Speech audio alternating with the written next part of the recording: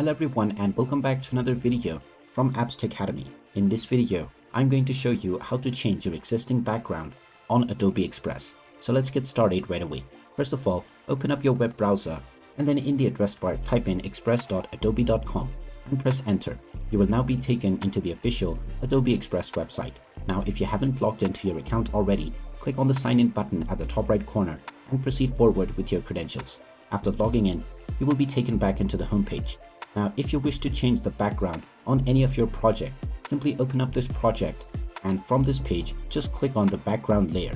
Once this layer is selected, you can click on the detach page background option and this will now remove this as your background. After you remove this object, you can go ahead and add any of your desired background to the image and just select it and click on set as page background. After it has been set as your background, you can change the blend mode and make various other adjustments. And there you have it. That is how easy it is to change your existing background on Adobe Express. If you find this video helpful, make sure you hit that like button and subscribe to our channel if you haven't done so already.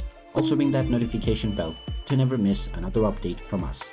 Thank you for watching and I will see you again in the next video.